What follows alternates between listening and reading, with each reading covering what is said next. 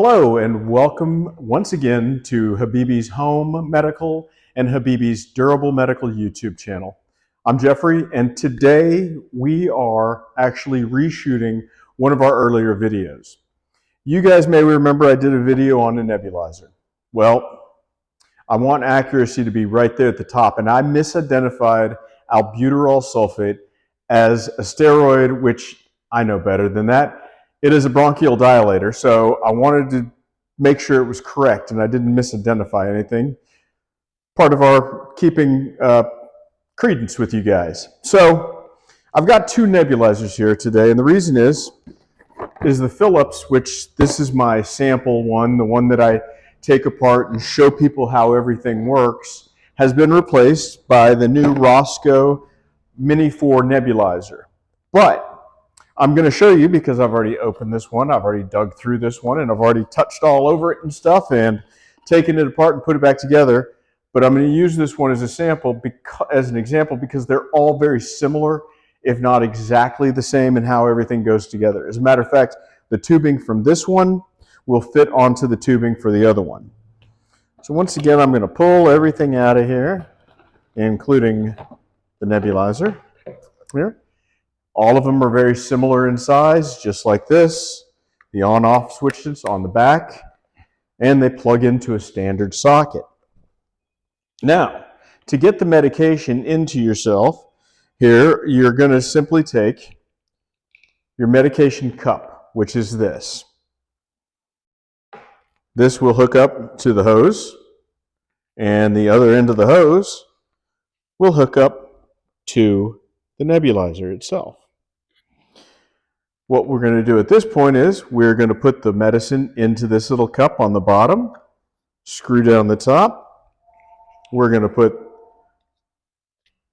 that on like so, and it can only fit on there one way. Now, some other ones may have a tube that goes straight out and is a lot longer, but this one has a hole here which allows you to breathe out. So once you get this on and your medication in the cup, you turn it on, click it on. I don't have this plugged in. And you watch, and this will begin to fill with a fog or a mist. That mist is your vaporized albuterol in there. And what you'll do then is, with normal breaths, you'll breathe in and out normally through your mouth. And what will happen is eventually you'll breathe up all the mist, all the medication in here, and at that point you should begin to feel some relief for your lungs and for your bronchial passages. Now, as you may recall from the last time we came in here, I discussed some things with you. Number one, run hot water through this, maybe a little bit of soap in there, make sure it's rinsed well, hang it like so to dry, and clean this out on a regular basis, each and every piece. Clean it, or else you'll get a buildup of junk in there, and that'll help keep that from building up.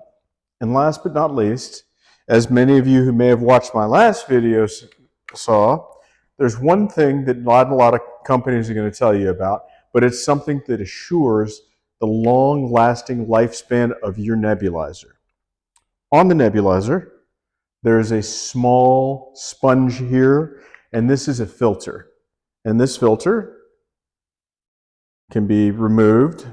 I'm actually going to have to use something sharp to pop this up and out. But this little sponge is just a little round pea-sized sponge.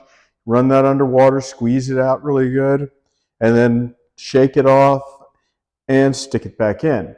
This provides the filtration so that you don't get gunk inside the compressor of your nebulizer. We want to thank you very much for checking us out today. We hope that you will subscribe, and we hope that you'll comment below. We'd like to know, what other items do you want to know about in the medical equipment business? Please feel free to contact us in the comments, but we hope you'll subscribe. Thank you for watching. Have a great day.